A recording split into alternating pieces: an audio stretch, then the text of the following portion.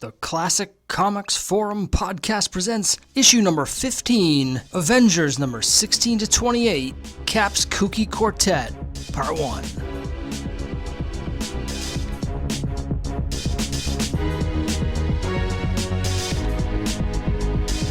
Welcome to the Classic Comics Forum podcast. As always, I'm your host, Scott Harris, and today I'm joined by Classic Comics Forum member Hoosier X to discuss the seminal Silver Age superhero run Avengers number 16 to 28 by Stan Lee. Better known to fans as the Cap's Kooky Quartet era of Avengers, issues 16 to 28 contain one of the most groundbreaking runs in superhero comics, where Stan Lee wrote almost all of the main characters out of the title and replaced them all with supervillains. It was one of Stan's most interesting and controversial storylines of all the titles that he wrote for Marvel in the mid-60s, and it would prove to be a fan favorite, turning Hawkeye, Quicksilver, and the Scarlet Witch from grade B villains into A-list superheroes. It would also prove to be a creative windfall for Stan, as it shook up the title, bringing it out of a creative rut and inspiring some of the best Avengers stories of Stan's tenure. In this first part of our two-part discussion, Hoosier X and I will take a look at issues 16 through 19, including The Old Order Changeth, the introduction of the Swordsman, and some fantastic art by Don Heck and Wally Wood. But first, as always, I'll be talking to Hoosier X about his collecting influences to provide a little bit of context about where he's coming from when we break down the seminal run of Avengers. So we're going to jump right into it. Here's my conversation with Hoosier X, and I hope you enjoy it.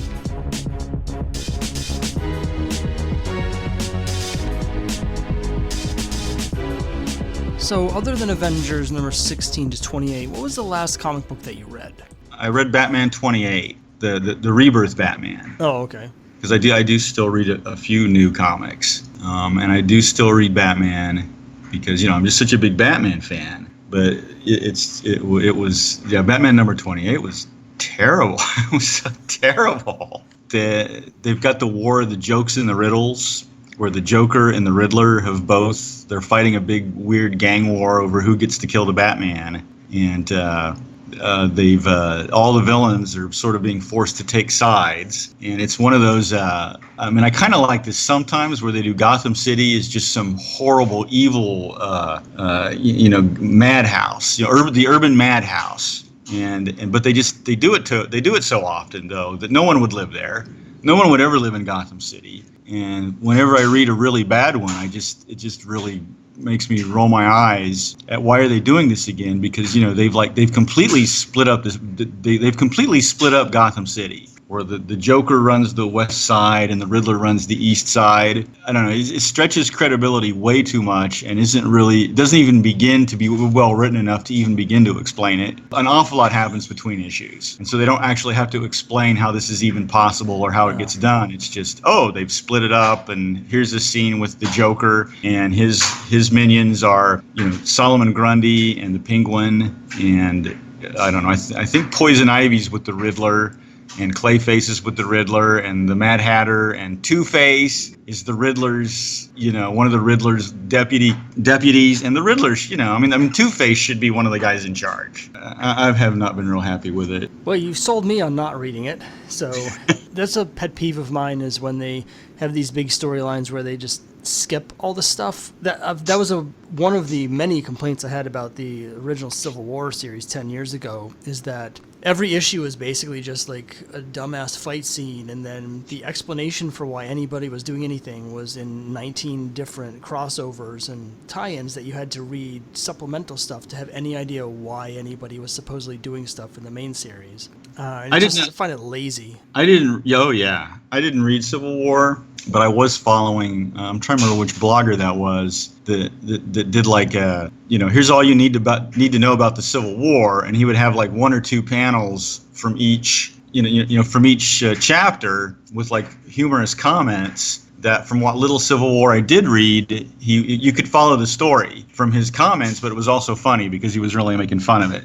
And that's when I saw Captain America: The Civil War. I knew that they had, for a change, the movies had changed things in the comic book to make it better, which does not happen very often. Yeah, I mean, I have some issues with the movie, but it's a million times better than the comic. Civil War is just... I won't read anything by Mark Millar anymore. He's horrible. Well, now that we've gone over the last comic you read, what was the first comic that you ever read?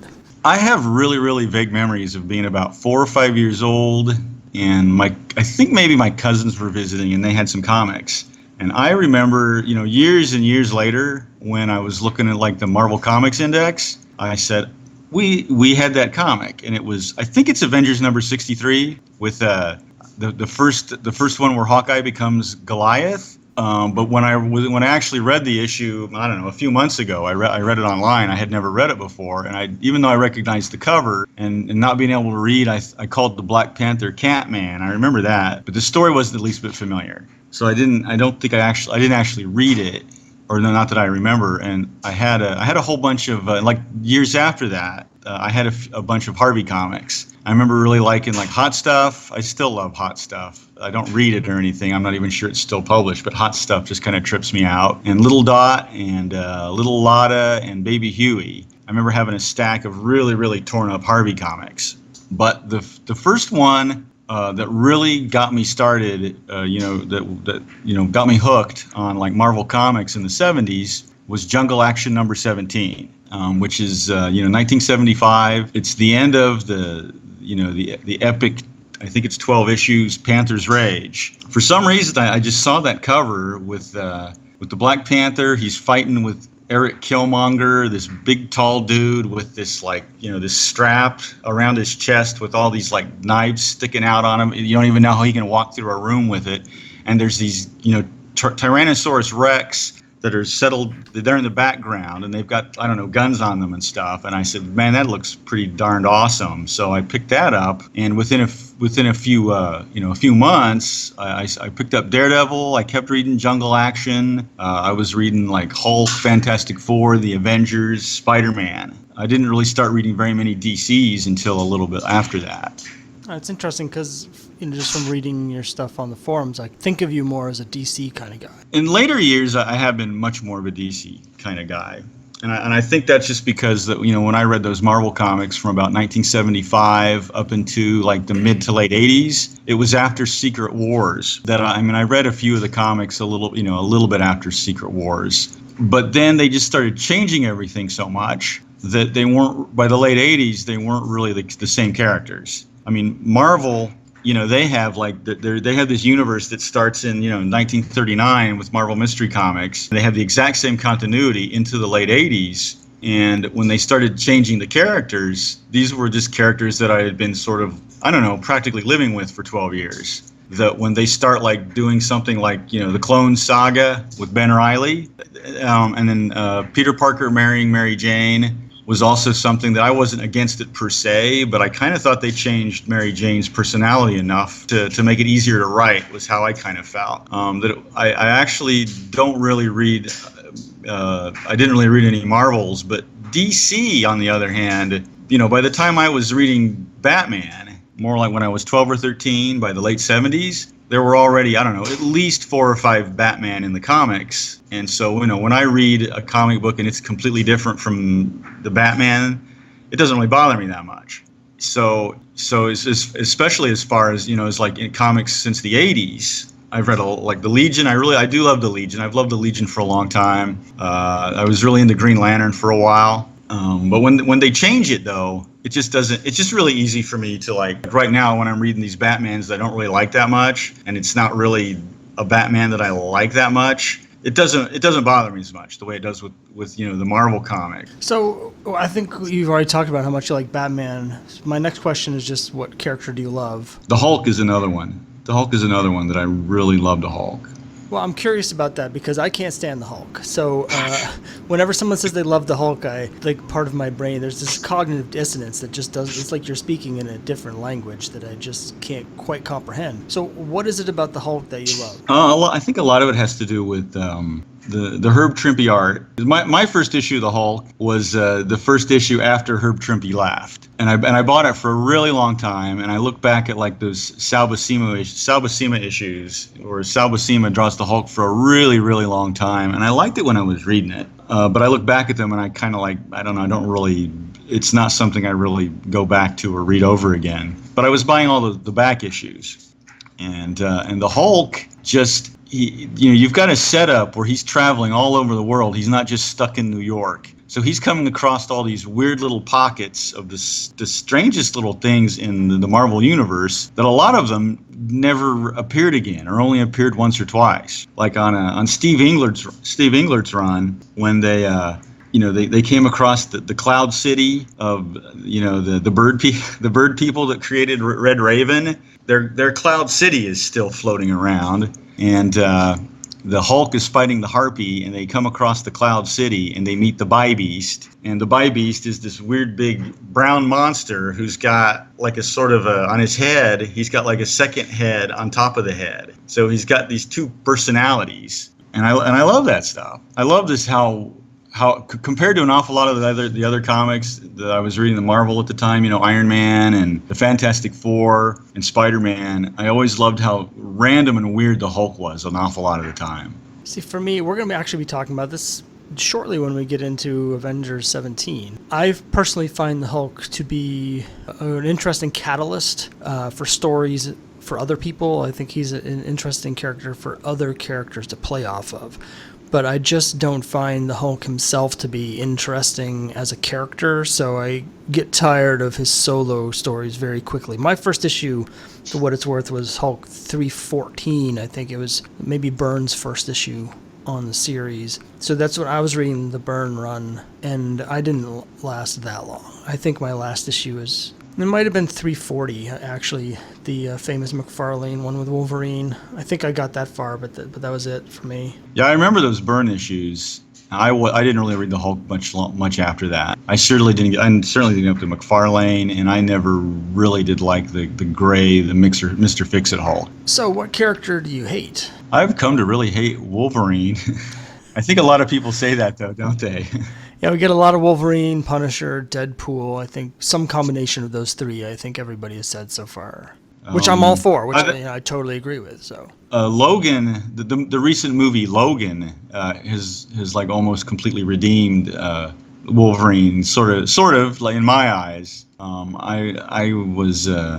I really hadn't planned on going to Logan, but I just was hearing so much about it and had a friend that really, really wanted to go see it and ended up going. And I've been having an argument with one of my friends who goes to the movies a lot and likes comics.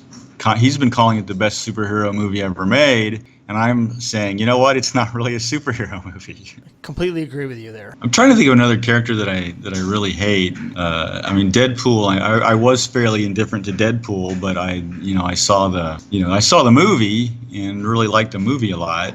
And then the Punisher. I mean, there are so many bad Punisher appearances, but I was around. I mean, I wasn't around for his first appearance. But when I used to go to this used bookstore that my dad would go to, they had a box of comics behind the counter, and they were all torn up. This is really before there were comic shops in more than a very few places, and you could get these comics were 2 for $0.25, and some of them would be really trash with the cover barely hanging on and the Marvel value stamps all cut out, and some of them would be somebody read it once and then went ahead and traded it in. And I got a Spider-Man number 129 for 12 and a half cents in 1976. It's not in too bad a condition, for some of the other books that I bought there. So I remember. I mean, by the time he appeared, the Punisher appeared in number 160 or 161 with the Nightcrawler. That's, I don't know, maybe his third or fourth appearance. And that was before they really just wrung everything they could out of the Punisher. I don't know. I just have, fond memories of his early days to really hate him. Moving from characters to creators, who's a creator that you think is underrated? These Avengers that we're reading right now brings up Don Heck. I sometimes see people really putting Don Heck down as someone who they just don't really like at all or don't think is very good at all. What we're reading right now, when he's inked by Wally Wood and Frank Giacoia and John Romita, like you mentioned, those are really good. I've been reading those. it's been a while since I read them, and I've been reading those over the last few days, and I was looking at that going, man, this is really, really good art. This is as good as anything John Buscema did. And certainly not like, acting like I don't like John Buscema. John Buscema is great, but Don Heck is looking pretty good right here. Another guy I think is really underrated is George Tuska. He did all those Iron Mans, and I read so many Iron Mans with all this George Tuska art. And even in the 70s, I remember him doing the Champions, and I think he's still doing Iron Man way into the 70s too. Yeah, I agree with Don Heck. Don Heck is someone who, when I started reading in the 80s, he was kind of at the end of his career. He had a bad reputation, and a couple things of his that I saw at that time I didn't really care for. So when I was reading these issues as a kid, because as we'll discuss in a minute, I did end up getting a lot of the Kooky Quartet issues when I was pretty new to comics. Didn't really appreciate the art, but he's grown on me a lot over the years. I read all his Wonder Woman stuff from the early to mid 80s a while ago. And it's really good. And seeing some of the non-superhero work that he did in the 50s, pre-code stuff, some of that stuff is really good.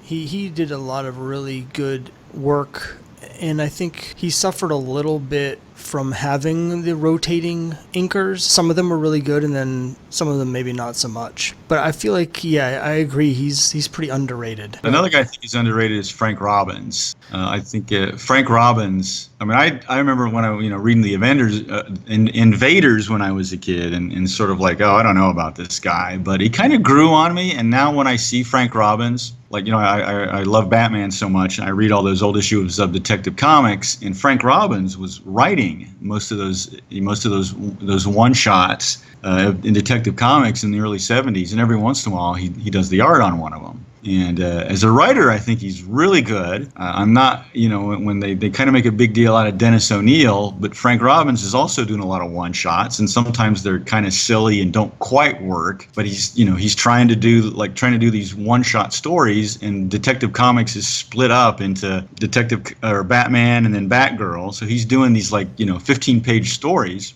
and when they work, they're really good. And then every once in a while, he draws one. He was the first writer on a Man-Bat. He created Man-Bat, and every once in a while he draws a Man-Bat story, and I love those. I'm not sure I think I kind of like as great as Neil Adams is, I just love how quirky and all those weird angles on the arms. There's so much action in those Frank Robbins stories. Yeah, I think Frank Robbins, his art is definitely idiosyncratic, and I don't think it fits everything for me personally. I talked about with the Captain when we were doing our look at the Steve Englehart Captain America, Frank Robbins coming in on that series was really jarring. But on some other books, it really works, and I agree with you. I haven't really read that much stuff that he wrote. But one issue he wrote, Sinister House of Secret Love #3. He did this 48-page gothic romance story where he wrote it and Alex Toth did the art. And it's just fantastic. Just a great combination. Robbins is someone who's definitely on my radar, is someone I need to look into a little bit more. So who's a creator that you think is overrated? I heard a lot of people talking about Grant Morrison, but I can't be too hard on Grant Morrison as much as stupid. His Batman is so bad. I really can't even deal with his Batman, but I love All-Star Superman. And I remember I bought Flex Mentallo when it first came out.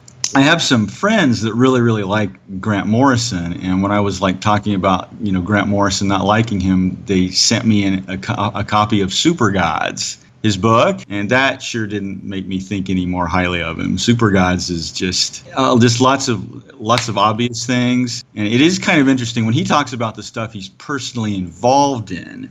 I think it's pretty interesting, but almost everything he says about the 40s and the 50s and the 60s is just. He gets it slightly wrong at times, and some of the things that he thinks are kind of profound are kind of like stuff that I think almost everybody who's thought about those comics has thought of. And I also love the part where he compares Stan Lee to Mussolini. That's I think he needed an editor for that. But like I said, I liked All-Star Superman. A guy who I've come to think is really overrated. I have a feeling this is going to be controversial. is John Byrne. I read so much John Byrne. The X-Men. The X-Men is still great. I've read the. I was getting some of those from the library because I don't have the original comics anymore. But I was getting like Marvel Masterworks, for those issues. When he started up to about issue 120. I read those fairly recently, and those really hold up. But after he became a writer. I read a lot of that stuff when it came out, and I really liked it then. But just from following all the way through, like his Superman, and when he did Wonder Woman, and the Next Men, and reading like him commenting on things, and he just started to come off as really, really full of himself and really egotistical. And when I would go back and read some of that stuff. The Next Man just is unreadable. And when I was reading his Wonder Woman issues a couple of years ago, I just went, man, these are really not very good at all. And even when his art gets way over stylized, I can't even imagine what John Byrne's art looks like now. But I thought Wonder Woman, when I was rereading it, the writing was bad, and it actually kind of looks ugly. And the Fantastic Four that everybody loves so much, like all the good stuff is like sort of playing off of what Stan Lee and Jack Kirby did, but an awful lot of it is I was finding it not liking it as much, reading it in 2005 as I did like back in the 80s. Well, I loathe John Byrne, so I'm buying what you're selling here. I can't stand John Byrne. Totally agree with everything you're saying. I think he was great as an artist, and he was really good co-plotting like X-Men and stuff. But when he got popular enough to become powerful and be able to do everything he wanted in the comics, that egotism really started to come through in the stories. And I thought he got bad very quickly. Like, it's been a long time since I've read a Superman, but I have no interest in ever reading it again. The bits and pieces I've read here and there recently do nothing for me. I've only read a little of his Wonder Woman, but it's the same thing. I just totally not interested. What really did it for me was his run on West Coast Avengers, which I thought was incredibly arrogant and destructive, and just no redeeming qualities to that run at all, with the possible exception of bringing back the original Human Torch. But yeah, I mean, Byrne is just like an egotistical blowhard, and that would be fine if he was still doing good work, but he infuses all of his stuff with his worldview, and that's when you end up with stuff like the thing where Superman and Big Barda are in the porno together because he was having like a feud with Jack Kirby or something.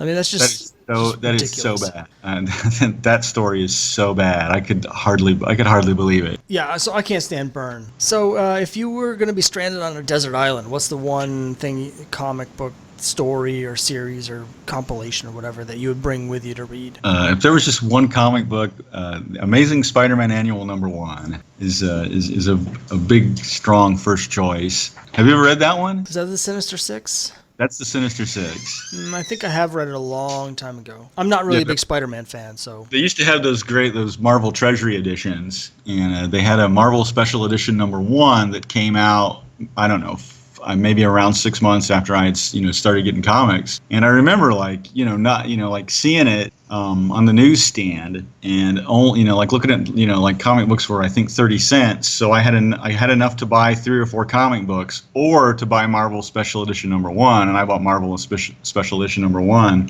and it has the first Spider-Man annual, Spider-Man #6 with the first appearance of the Lizard, and then Spider-Man #35 with the second appearance of the Molten Man. And I remember taking that home and not regretting only buying one thing. And those Treasury editions were you'd spread them out on the ground and just lay there with your your hands around your chin and leaning on your hands like that, and just read them and turning the page. Those were great. And I've loved that Sinister Six, that first appearance of the Sinister Six, ever since. All right, final question. If you could do any book, dream book, any writer, any artist, any characters, creators don't have to be alive, anything you want, total fantasy, what would your dream book be? I really love the Freedom Fighters, and I really cannot there's almost nothing to like about any series that has ever had the Freedom Fighters. So a Freedom Fighters series I'm trying to think about an artist and a writer. I was thinking like maybe Amanda Connor is the artist. For a writer, somebody who really understands the Golden Age and those characters, I'm tempted to just say Roy Thomas, except for probably one of the one things that he did that really kind of made me like roll my eyes was the way he treated the first freedom fighters back when they were in the All-Star Squadron, and then they had that first set of freedom fighters. But I could see that. I could see Roy Thomas and Amanda Connor doing a freedom fighters series. Yeah, I liked freedom fighters too, and I agree. I like the concept better than the reality in terms of what DC has done with those characters since they acquired them from Quality back in the 50s. Don't think they ever really gave them their due. I liked the idea of, was it Earth X? Is that what they were called? Yes. I liked that idea where they were on a world where the Nazis won and they were like a resistance group. I thought that was cool, but the issues I've read, the stories didn't quite live up to the premise. Yeah, that would be interesting. All right, so we've gotten through the questions. I think we're ready to tackle the Avengers. So the way the story goes, I don't know if this is apocryphal or what, but the general common belief is that by issue 15 of the Avengers, Stan Lee was getting confused. He was doing something with continuity that had never really been done with comics before. He was writing all of the characters at Marvel, and he was weaving all their stories together in this huge tapestry, doing some really crazy stuff with continuity, like, combining the origins of Kang and Rama-Tut and Doctor Doom, and debuting the same character in two different titles and two different time periods on the same issue like he did in issue 6 with Baron Zemo. And so by issue 15, Stan was getting a little confused, figuring out how the main characters were doing what they were doing in Avengers at the same time that they were supposed to be doing things in their solo books. Because at that time, Thor had his own title, Iron Man had his own title, Giant Man and the Wasp still had their own series in Tales to Astonish. Captain America had his own series in the split book with Iron Man, but a lot of his stories at that time were taking place back during World War II, so they weren't actually causing a continuity issue for Stan. So again, I don't know for sure if this is true, but this is sort of the story that we're been given. I kind of wonder, I got the Marvel Masterworks for 11 through 20 a few years ago, and there were quite a few of those that I hadn't read before, and it really struck me how really, really bad some of those stories are.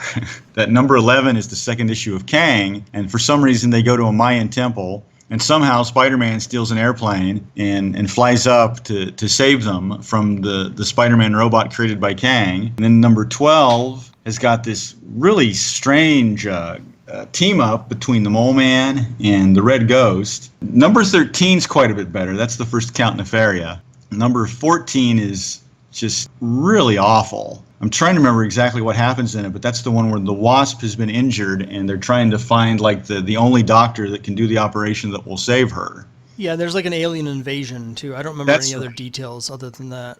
That's not one I was looking at that closely when I was flipping through it, but I was thinking, oh yeah, I remember. And I always kind of wondered if, I've heard what you're saying, and it does completely make sense, but I've always wondered if there wasn't just a little bit of, having a little bit of trouble finding a plausible menace, for the Avengers in every issue. When you've got Thor and Iron Man, and and especially Thor. Just having Thor around, it's kind of like the way that the Justice League is sometimes, where Superman suddenly doesn't have isn't as powerful because you have to have something for Batman and the Green Arrow to do. Yeah, you could be right, and we're going to talk about that actually right at the beginning of 16. If Thor does something that perfectly illustrates your point. The other thing that I think is interesting reading the first 15 issues is once Captain America is in the series, he does sort of become the focus of a lot of the stories. And with issue 15, at the end of that issue, his archenemy, Baron Zemo, is killed. And it sort of, in a way, it sort of thematically wraps up the arc that had been going on in those first 15 issues. I think it's sort of a natural break point. At the end of 15, while Captain America is off doing this interesting stuff, the rest of the Avengers are back in the city being faced by the rest of the Masters of Evil. And at the start of issue 16, Stan quickly wraps that storyline up with this totally ridiculous sequence where Iron Man's like, well, there's nothing else we can do. Thor, execute plan D. And Thor's like, oh, right, why didn't I think of this myself? If I spin my hammer really fast, it sucks all the supervillains into an alternate dimension. And I was reading that and going, like, why doesn't he just do this every time? I love Avengers 16. I had the Marvel milestone for a really long time and just read the hell out of it. There's a giant man's big weird blue helmet, and and they're like, oh yeah, and there's the Avengers or the Enchantress and the Executioner. Like, they know what's going on, so I don't know, they step to the side or something so they don't get sucked into the other place. And then for some reason Thor has the power to send them off to this it's like reverse physics or something, right? That everything that the other Masters of Evil try to do, like, backfires on them. Yeah, he teleports them all to another dimension. That right there would end the fight, but they decide, for some reason, the Avengers decide to go with them to this other dimension. And once they're there, all the Avengers do to win is stand there, because it's a reverse dimension where when the Masters of Evil try and attack them, they end up attacking themselves and, like, knocking themselves out. It's great. And then Thor just, like, yeah, it's ridiculous. They don't even explain what happens after that point. It's just like the next time you see the Avengers, they're like, well, everyone's in jail.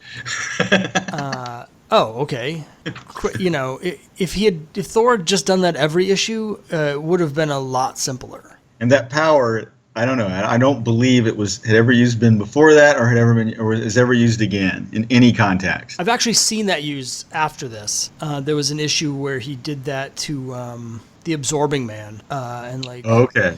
Crusher Creel. Yeah. So, but it was an ability that just didn't make any sense, and they eventually, in the pages of Thor, stripped it away so his hammer can't do that anymore because it's ridiculous. But it's just like, why? Do you ever do anything else? So yeah, to your point, I think you might be right. When you have these guys around that are so powerful, there's not necessarily that much to do, especially with some of the menaces that the Avengers have been facing, with like just some random aliens, or like Count Nefaria, which is a really good issue 13, but he's just like a guy with a special house. So. And then they get into the adventures of Captain America coming back from South America. Yeah, and to me, I was just like, I flipped through that pretty quick, because he's just like, let's fight a bunch of guys. We need some action in this issue, because the rest of the issue is just people talking. I've always loved this segment. And I think I read this for the first time in Avengers number 150, because I started reading Avengers with number 144, and then Avengers number 150, I guess they were having deadline problems. So they've got the current storyline, but then they reprint huge sections from over the next two issues, 150 and 151. They reprint huge sections of Avengers number 16. It's because I never read it. I thought that was pretty awesome. And I've always loved that panel where there's a guy being attacked by a jaguar, and Captain America throws his shield, and that poor jaguar just clangs right into it. His whole side of his body is flat, and then it shows him running away. Yeah, I mean, if Thor were there, he could have just sent the Jaguar into another dimension.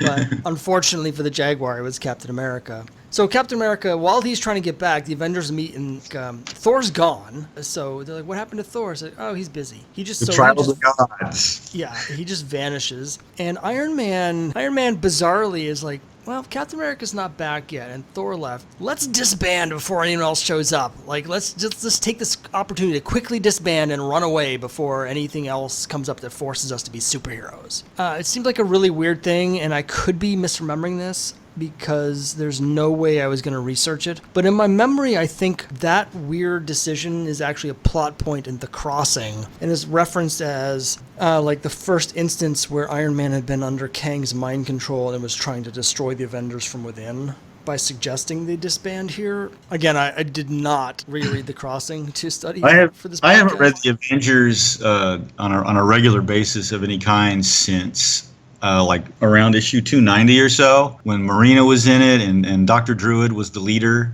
with that great John Buscema, Tom Palmer art. You picked a great time to stop. For me, issue 290 is the I perfect think stop. that's why I stopped. I think that's why I stopped. They kind of hit a really huge high point with, the Siege of Avengers Mansion, which I think is just a few issues before that. And it just gets bad really quickly. And the only thing, I might have read a few issues here and there, but the only thing that I read of the Avengers since then that I liked was I did read Avengers Forever. Avengers Forever I like a lot. Back to Avengers 16, where the quality is really picking up because, as you say, the issues before this, some of them were really bad. Iron Man's like, let's all quit. Let's disband the team. No more Avengers. And right then, lucky stroke, Hawkeye breaks into the mansion, ties up Jarvis, and then shoots the ropes off of him with Zeros to prove how cool he is. And Iron Man's like, okay, change of plans. Let's get a bunch of supervillains to join the team instead.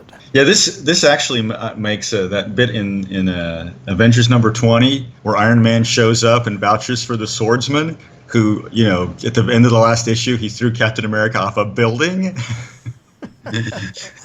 But they're all, oh, okay, this sounds like something Iron Man would do. Yeah. I actually have a note about that when we get to issue 20, but that hadn't occurred to me. That it's like that is in keeping with just how bizarre Iron Man. Me neither. I have a note about how stupid it is, but going over this reminds me. Okay, that's Iron Man. He's unpredictable. So it makes a little more sense in this context because Iron Man, previous to this, Hawkeye had only appeared twice, and they were both in issues of Tales of Suspense where he was fighting Iron Man. So Iron Man actually has a pre-existing relationship with Hawkeye, and he sort of knows that Hawkeye's not necessarily evil, so he's willing to give him a shot here. And then we get a montage where he's trying to recruit like Namor. He's trying to find other replacements to fill out the roster.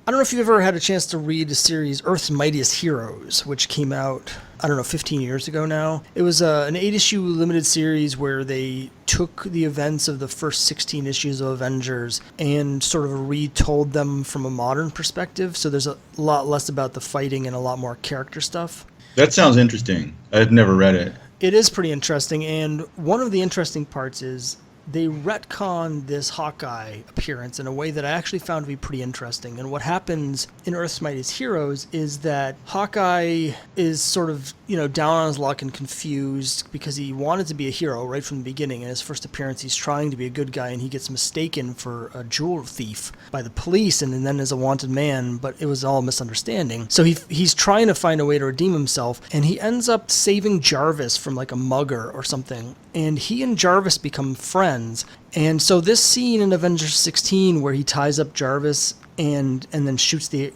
ropes off him and stuff is actually a scheme that he and Jarvis came up with, and Jarvis let him into the mansion as part of this plan to help Hawkeye redeem himself. That seems like a really, really complex plan that Yeah, it makes a little more sense if you read the story because this subplot with Hawkeye and Jarvis goes over several issues in the Earth's Mightiest Hero series. Forget exactly why they choose this specific way to stage this thing. But the upshot is, here in issue 16, Hawkeye ends up joining the team, and then as the Avengers are putting out this call, Quicksilver and the Scarlet Witch, who had previously been members of the Brotherhood of Evil Mutants, they come to America and ask if they can join the Avengers to sort of redeem themselves. Now, this doesn't really come out of nowhere because there was a tryout story where Quicksilver and the Scarlet Witch ended up going to the Fantastic Four, and that's Strange Tales number 128 when it's the thing and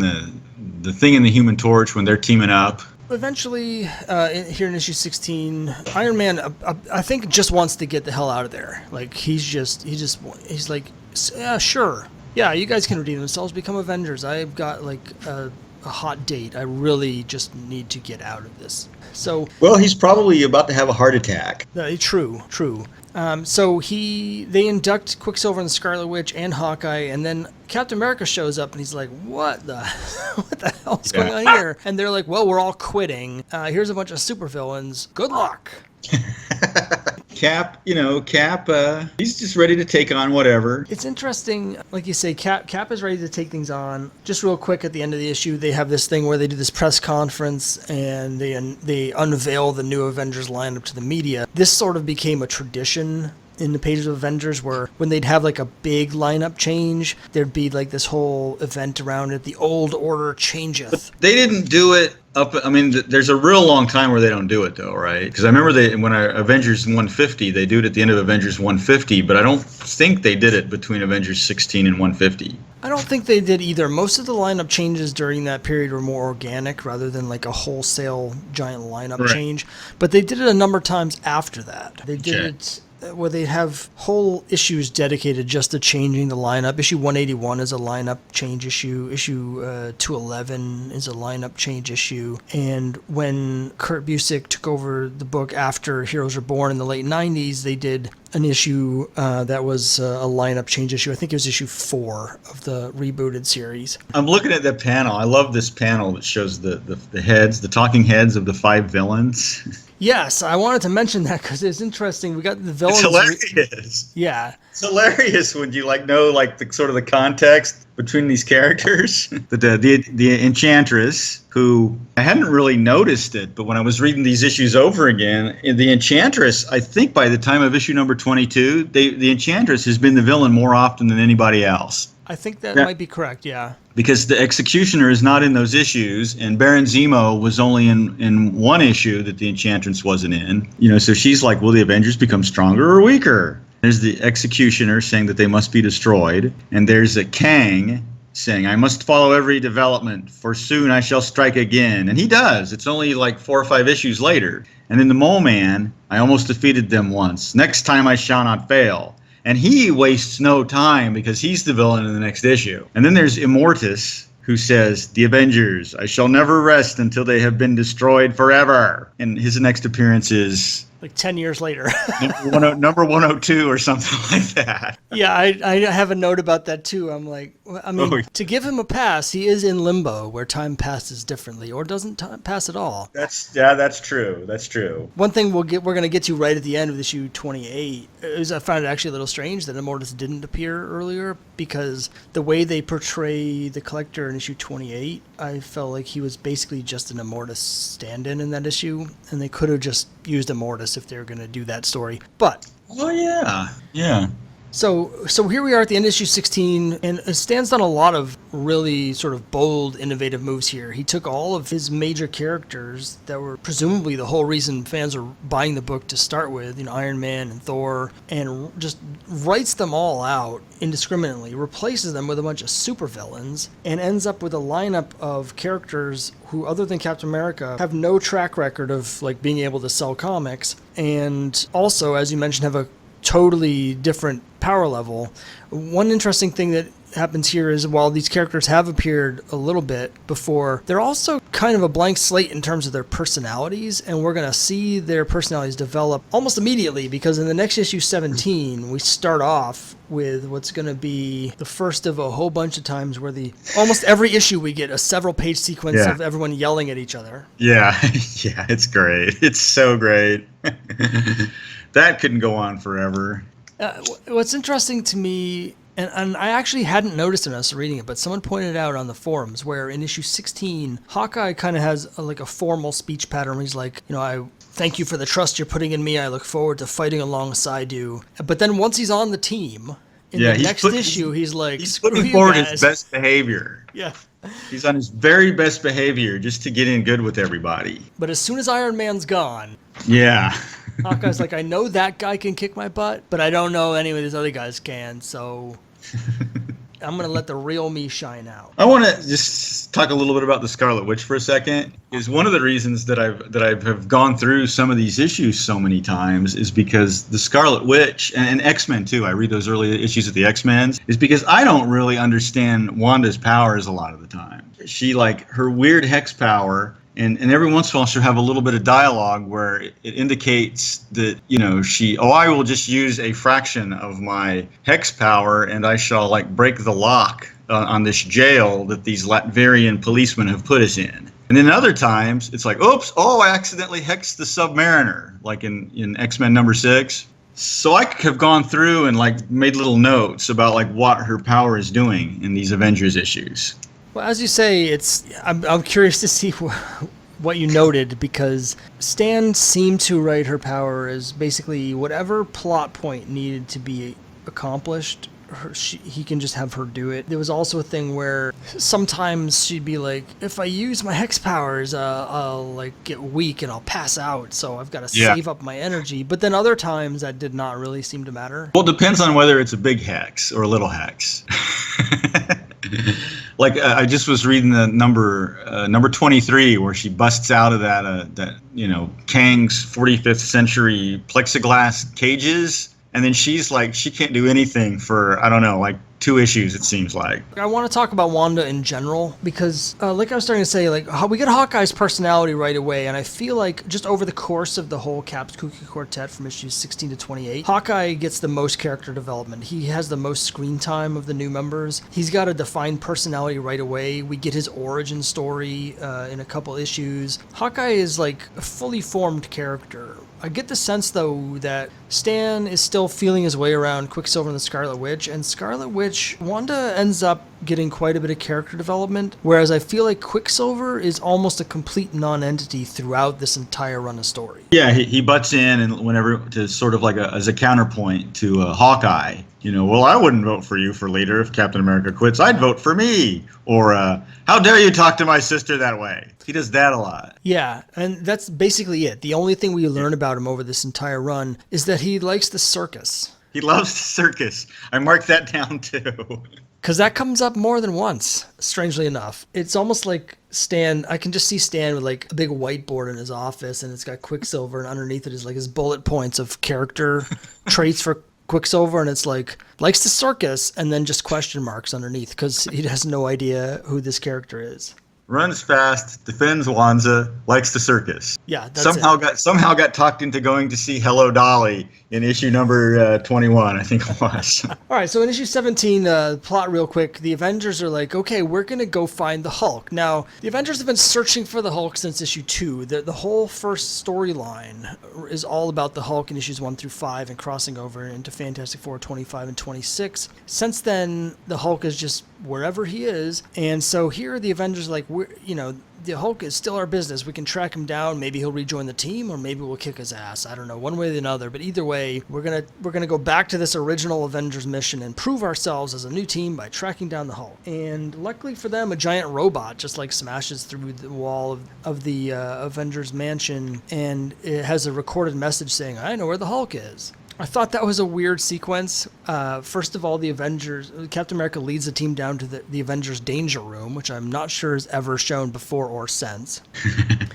And then this robot, granted, a giant robot smashes through the wall, but it's just standing there trying to deliver this recorded message, and the Avengers just like beat the crap out of it and dismantle it. And it doesn't really seem that dangerous. It's just like all it wants to do is tell them to go to the desert. But of course, it turns out to be a trap, as you might expect, when a giant robot smashes down your wall. And the Hulk isn't there, but the Mole Man is. Wanda hexes it and it falls down. Yeah.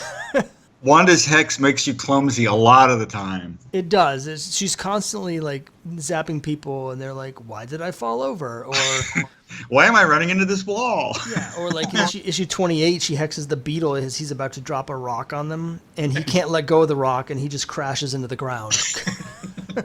He's like, I can't let go of this rock all of a sudden. Yeah, everyone just... I love it. Yeah, Wanda's great. I love Wanda. So there were certain things about 17 that I liked. I liked Stan's use of the continuity of bringing back the sort of events of issue 5, where they had the lava men and there was the mole men and the Hulk and the underground stuff and all this stuff. I did think it was a little bit weird. We kept cutting away to see what the Hulk was doing, even though he's not actually in the story. Yeah. It's basically all these cutaways that are just advertising Tales to Astonish. The battle with the leader in Tales to Astonish. And Stan kept going like, if only the Avengers knew that just a mile away, Hulk is being attacked by, and I'm like, they might care, but I don't. Like, I just found it weird because those storylines never connected, and at the end, the Hulk gets captured and taken away, and the Avengers never find out he was there. And then they fight the Minotaur. Yes, then they fight the Minotaur. Which is defeated by Wanda's hex. because the Minotaur runs into a wall and the rocks come down and he gets his horns stuck. One thing I find interesting, and we're going to see this again right in the next issue 18, I actually found 17 to be kind of boring. It was interesting in a character sense because we start to get the conflict between the members. We start to get a little bit of character development. It's not one that I like very much. The Mole Man,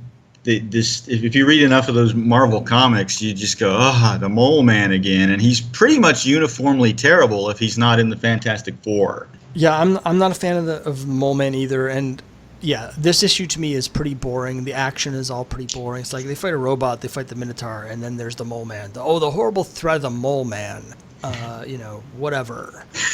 So, some of the character work is interesting, but I do find it interesting that Wanda basically defeats both of the menaces in this issue, because in the next issue, skipping ahead just a little bit, spoilers, but at the end of issue 18, everybody gets their butt kicked, and then Wanda wins again. So the plot of issue 18, I'm just going to go over real quick, because there are a lot of things that I actually have notes on of interest in issue 18, but most of them don't really have anything to do with the plot. Basically, it's like a communist Red Menace story where there's this... The country of Sin Kong. May or may not be Vietnam. It's hard to tell. It's clearly Vietnam. It could be Laos. It could be Cambodia. Whatever it is, there's a bunch of nice peasant people, because the peasants in these countries are always nice if they could be freed from the yoke of communism. And there's this gigantic evil communist dictator, and he decides to prove himself by defeating the Avengers. So he doesn't send a giant robot to deliver a message like in issue 17. He gets the message delivered, but it turns out he himself is the giant robot. And he fights each of the Avengers in single combat and defeats them all until he fights Wanda, who had been captured earlier. And so they're like... Oh, I think they blindfolded her, and when she's blindfolded, she doesn't know what she's hexing. Which, that doesn't make any sense. It happens more than once. But yeah, she just hexes the robot, and like all of his gears go flying out of his ear hole, and he just falls over, and that's the end. And they've proven... Well, she hexes once. Her first hex burns up the curtain that the guy operating the robot is behind. And then her second hex destroys the control panel, and the robot falls over. Yeah, so I do find this very interesting, though. Wanda is shown in these early issues to be not only the most powerful member of the team, but also like they basically would have lost every fight if Wanda hadn't won. And it stands in stark contrast for me to how the Wasp had been portrayed in the series in the first 15 issues as sort of this flighty, airheaded dipshit. Well, yeah, but she saves the day in number 8. Okay, true. When Kang has he's completely ignored the Wasp, and he's everybody else is comatose, and I think he's dissolved Iron Man's armor or something like that. And the Wasp, he just ignores the Wasp, and the Wasp goes and gets Rick Jones and the Teen Brigade, and they sneak onto the ship and free everybody. That's about all the Wasp is good for, though, in most of the stories, is to go and get help from other people. Yeah, and then I admire those little bits where she's doing what she can with her limited skill set, like that bit in I think it's in the Fantastic Four number 26 where she flies in the Hulk's ear to annoy him. That's not that's not easy to do. That doesn't look like something that a coward would do. No, but I'm seeing a contrast between the way that they're definitely doing Wanda, and not just between her and Wasp, but also if you look at how the Invisible Girl is portrayed. Yeah. Sort of, they're both like flighty girls, and just the way they talk, their speech patterns, their thought patterns, they're worrying about what they're wearing, and Reed Richards is telling Sue to, go get him a sandwich. And Wanda's like not doing any of that stuff. She has one subplot where she thinks that Steve Rogers is really hot. But even that to me... Yeah, she's like, he's so powerful and so masterful. He should be the leader of the Avengers. There's something about that, though, that even that feels more adult in a way than Wasp being like, Thor's shoulders are so dreamy. When I let non-comic book people like read, I used to have like the Avengers Masterworks, and I used to like to let people flip through it, and almost everybody would read like a Wasp quote, like that same Avengers #8 where she goes, "Oh, look at Kang! I'll bet he's dreamy under that helmet." Yeah, exactly. You don't get anything like that from Wanda in these issues, and she's competent, and she's also outspoken. There's a number of times where she tells her brother off, she tells Hawkeye off, and on a couple occasions she even tells off Captain America when she feels like she has to, although usually she has his back. I wonder about this because of the Marvel method. Like, Stan gets a lot of flack for the way he's written the Wasp and the Invisible Girl and other female characters at this time period, and justly so. Reading this, though, I wonder, even in some of the later issues before 16, like, 13, 14, whatever, where Don Heck was doing the finished pencils, a lot of those had Kirby layouts. Right. But in these issues, we're getting just pure Don Heck. I have nothing to support this. But these issues made me wonder, with the Marvel method, how much of the sort of empowerment of Wanda is due to the way Don Heck was laying out the stories compared to Jack Kirby's layouts. I don't know. Just that's interesting, because that made me think of just the difference between like the DC women and the Marvel women, and I started thinking, well, that's why that Wasp in Avengers #8 was so fresh in my memory. And the other Don Heck series that was mostly Don Heck was Iron Man, and Pepper is she doesn't have any powers, and she starts off as that cute, kind of weird, mousy-looking secretary, and then she gets like a makeover and becomes a glamour girl. But she's like, trading quips with Happy, or getting involved in the action by having, I don't know what, the steam drenches her clothes in one of those, and she's like, and just yelling at Happy. And even though she's not a superhero and running in and like, beating anybody up or anything, she's still a little more like, actively involved and showing more, more spirit, than some of the other Marvel women. Yeah, it's interesting. Again, it's too bad Don Heck isn't around anymore to talk about this stuff. I'm sure he would, if he was, he would love to come on my podcast. I did some research into this, trying to find interviews like with Don Heck or with Stanley about these issues, and I kind of struck out. So it's kind of hard at this point to unpack what was going on at Marvel with these writing, but it just really struck me how much more powerful and empowered Wanda seems compared to the other Silver Age superheroines that Stan was writing. I think they start to get better, though. So a couple other things happen in 18 that are of interest.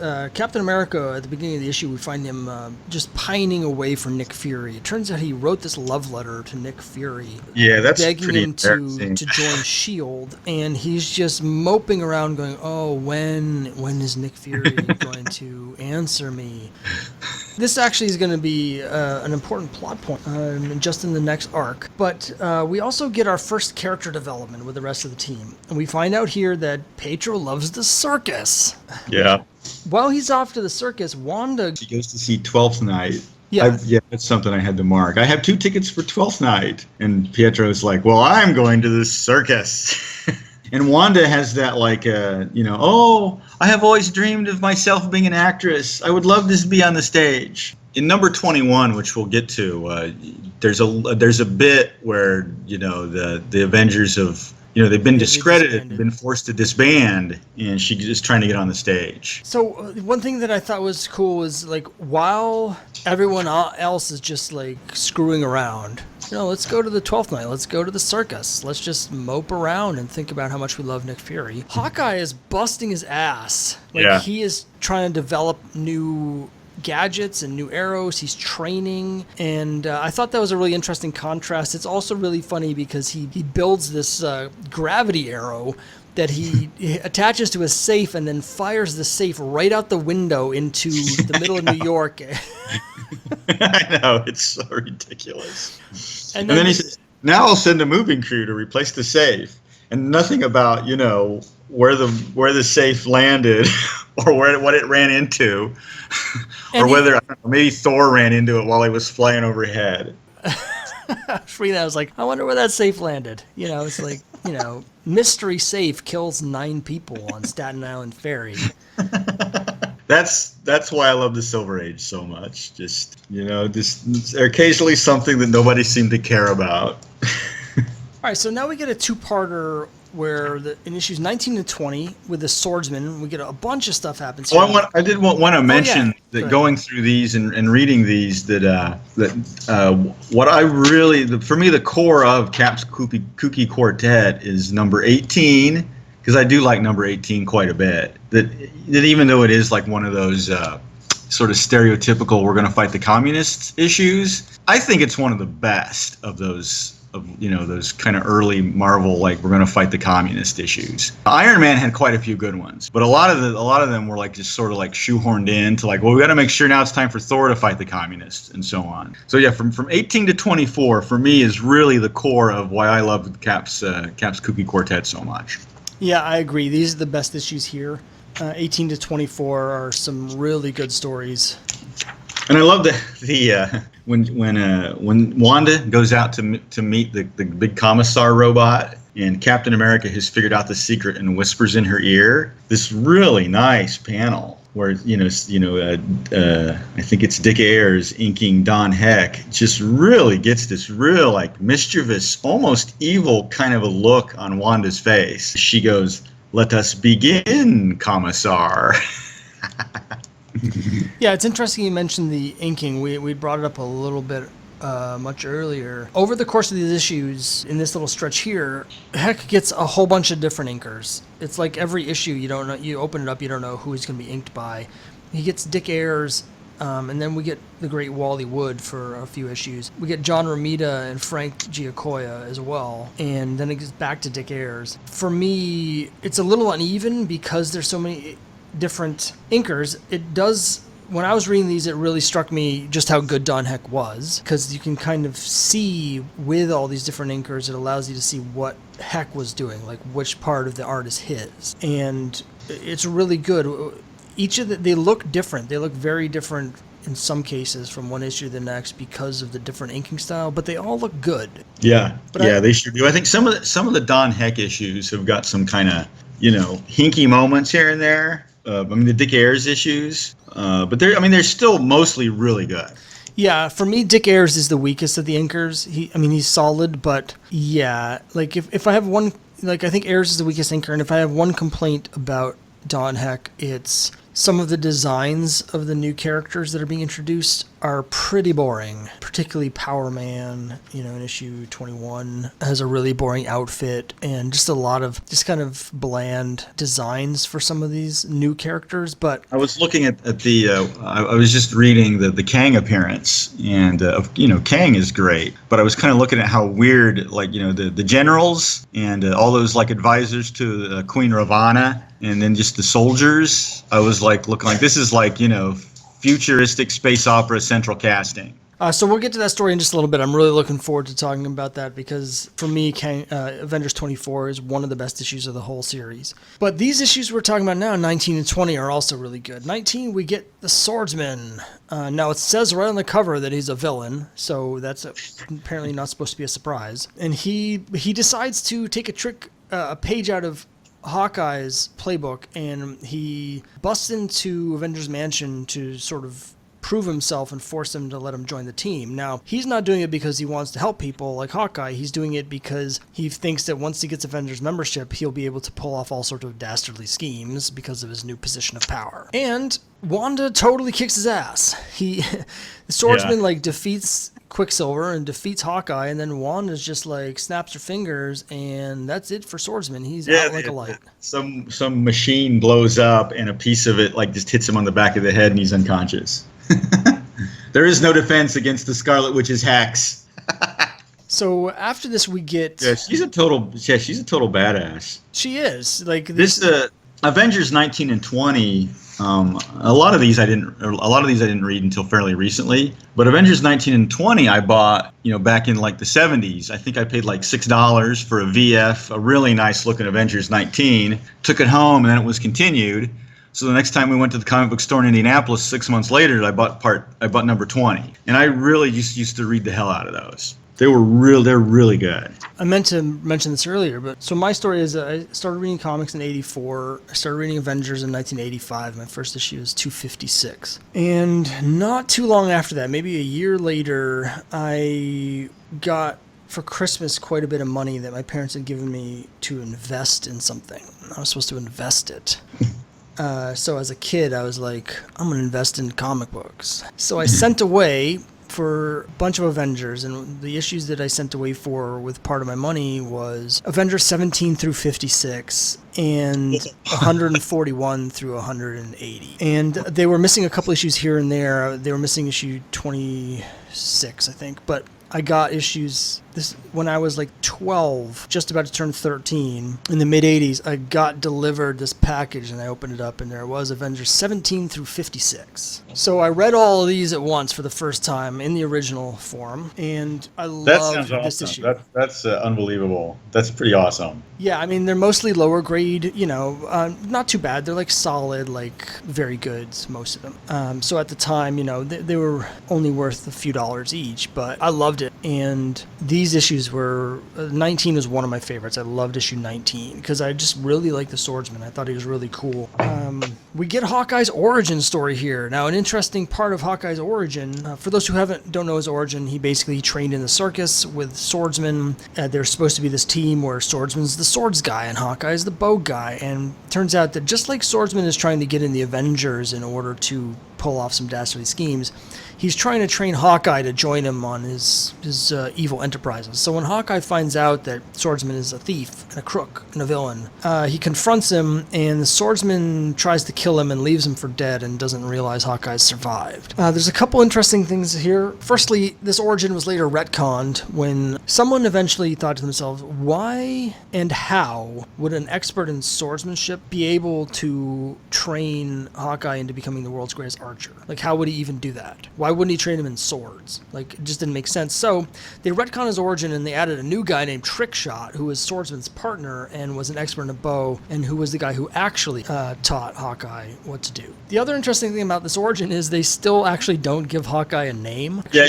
you'll notice that I call Cap Steve a lot of the time, and Wanda and Pietro kind of interchangeably, but I never call him Clint because it just didn't. This is the Avengers that I read over and over again, and they never call him Clint. So I just call him Hawkeye. So they only call him Hawkeye, and in fact, as far as I know, and I've read all these issues multiple times, he doesn't actually get his name until Avengers 64, when it's revealed that his real name is Clint Barton. Everyone just calls him Hawkeye. There's even scenes much later on in the 30s and 40s where he's moved out of Avengers Mansion and he has an apartment that he's sharing with Black Widow, and when we see their like intimate scenes of the two of them talking and arguing and stuff, she only calls him Hawkeye.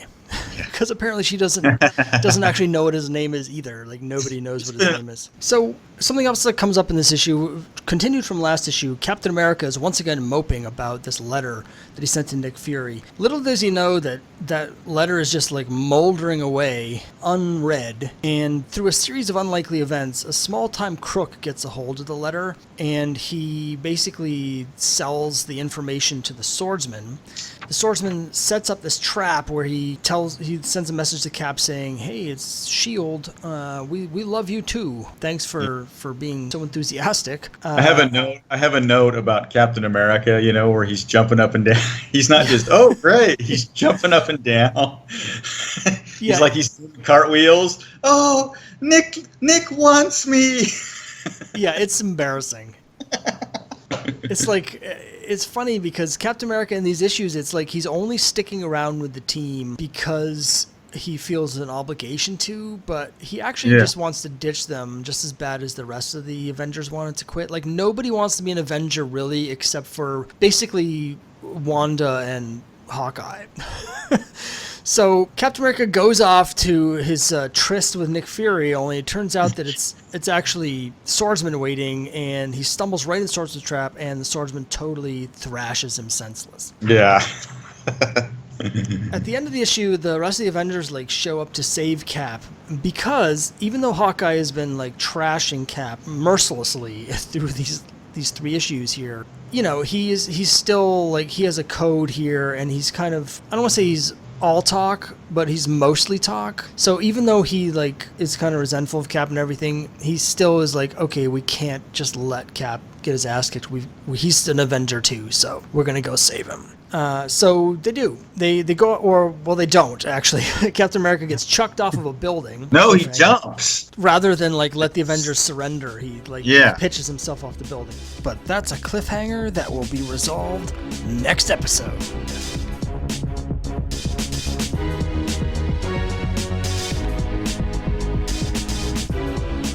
Thanks once again for joining us here on the Classic Comics Forum podcast. I'd also like to thank Hoosier X for joining me. I hope you've enjoyed this episode. Next episode, Hoosier X and I will conclude our look at Cap's Kooky Quartet with a breakdown of issues 20 through 28. So join us then, and as always, you can visit us online at classiccomics.org to join in the conversation.